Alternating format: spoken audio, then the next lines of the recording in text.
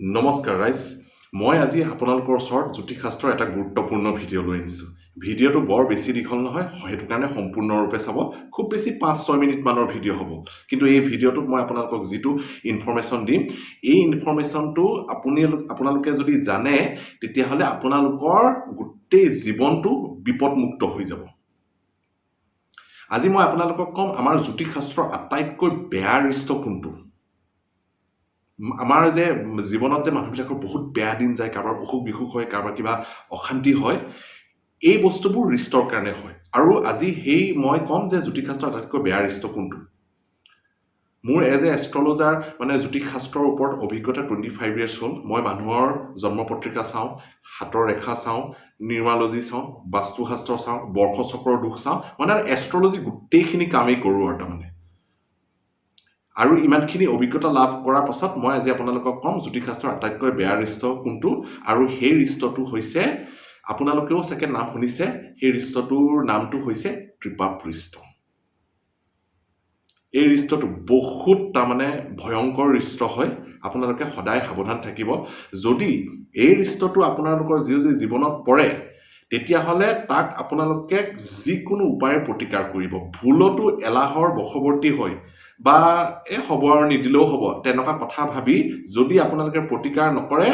আপোনালোকৰ বিপদ হোৱাটো মই 100% গ্যাৰান্টি দিওঁ কিন্তু প্ৰতিকাৰ কৰিলে টেনচন কৰিবলগীয়া নাই প্ৰতিকাৰ কৰিলে আপোনাৰ ভাল হ'ব মানে বিপদ আপদ নহয় তাৰমানে ত্ৰিপাপ ৰিষ্ট যেতিয়া আপোনাৰ পৰিব তেতিয়া কি কৰিব আইদাৰ আপোনাৰ সেই বছৰটোত তাৰমানে স্বাস্থ্য পাতি বেয়া হ'ব নতুবা বিভিন্ন ধৰণৰ অশান্তি হ'ব পাৰে কাৰোবাৰ চাকৰি হেৰাই গ'ল কাৰোবাৰ বিজনেছ লছ হৈ গ'ল মানে কিবা এটা নহয় কিবা এটা অশান্তি হ'ব আৰু এই ৰিষ্টটো কেনেকৈ পৰে এই ৰিষ্টটো আমাৰ তাৰমানে বয়স অনুসৰি পৰে ধৰি ল'লো আপোনাৰ বয়স 30 বছৰ আপোনাৰ ধৰক 31 বছৰত ৰিষ্ট পৰি গ'ল তাৰপিছত ধৰক 32, 33, 34 বছৰত একো মানে ৰিষ্ট পৰা নাই 35 বছৰত আকৌ ৰিষ্টটো পৰি গ'ল তাৰপিছত দেখিলে আকৌ একেবাৰে 40 বছৰৰ ৰিষ্ট পৰি গ'ল তেনেকৈ তাৰমানে বছৰি তাৰমানে আমাৰ প্ৰত্যেকৰে এই ৰিষ্টটো পৰি থাকে প্ৰত্যেক বছৰে নপৰে আকৌ সেইটো কাৰণে জন্ম পত্ৰিকাখন সদায় প্ৰত্যেক বছৰে চেক কৰাই থাকিব লাগে তেতিয়াহ'লে এই অশুভ ৰিষ্টবোৰৰ বিষয়ে গম পাই যাম এতিয়া বয়স অনুসৰি ৰিষ্ট পৰাৰ মানে আমি ক্যালকুলেশনটো কেনেকৈ কৰিম ধৰক আপোনাক কোনোবা এজন জ্যোতিষে ক'লে যে আপোনাৰ 32 বছৰ বয়সত ৰিষ্ট পৰিছে আৰু আপোনাৰ ধৰক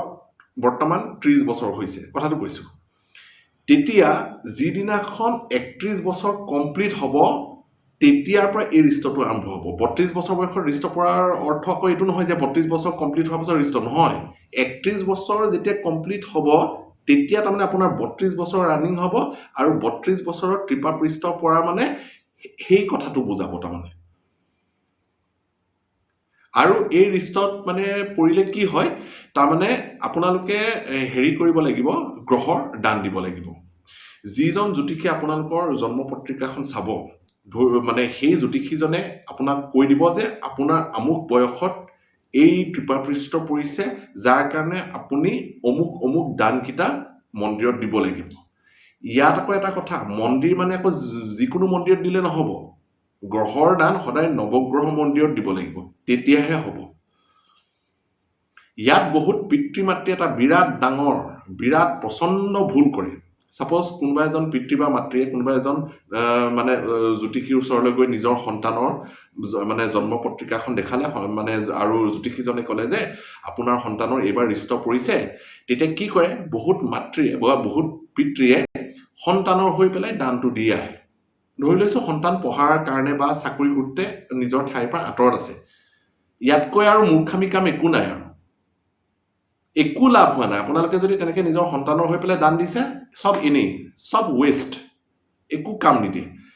যাৰ বেয়া দশা পৰে বা যাৰ ৰিষ্ট পৰে তেওঁ নিজেই দান দিব লাগিব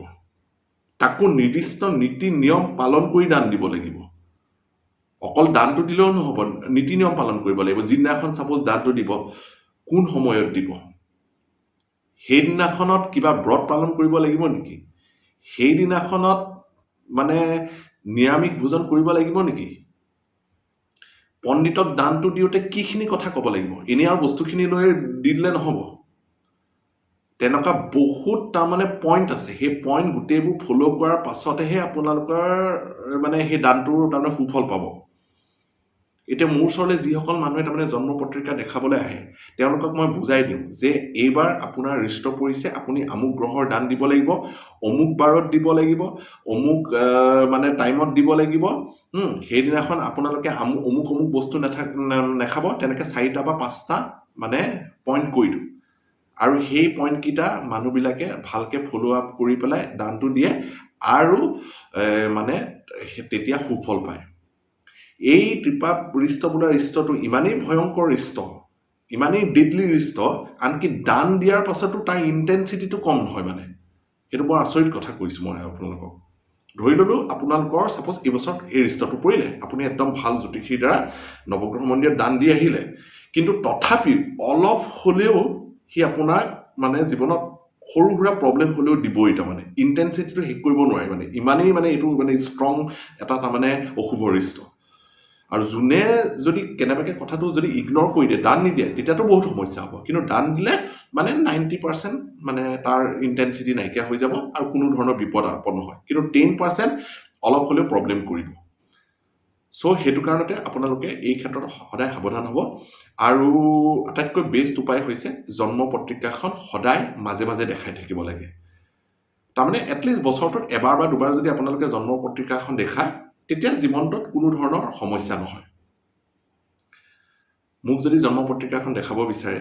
হাতৰ ৰেখা দেখাব বিচাৰে, বাস্তু সম্পৰ্কে পৰামৰ্শ বিচাৰে, নিউমাৰলজি সম্পৰ্কে কিবা পৰামৰ্শ বিচাৰে, তলত দিয়া নম্বৰটোত যোগাযোগ কৰিব। এটা সামান্য ফিজ লোৱা হয় আৰু ফোনতে মই কনচাল্ট কৰি গোটেইখিনি কথা কৈ দিওঁ। আৰু কি কি দান দিব লাগে, কি কি প্ৰতিকাৰ মানে কৰিব লাগে, সকলোখিনি মই বুজাই কৈ দিওঁ। আশা ৰাখিছোঁ ভিডিঅ'টো চাই ভাল পালে। যদি ভাল পাইছে লাইক, কমেণ্ট আৰু শ্বেয়াৰ কৰিব। আৰু আজিলৈ আহিছোঁ। আপোনালোক সকলো ভালে থাকক। নমস্কাৰ।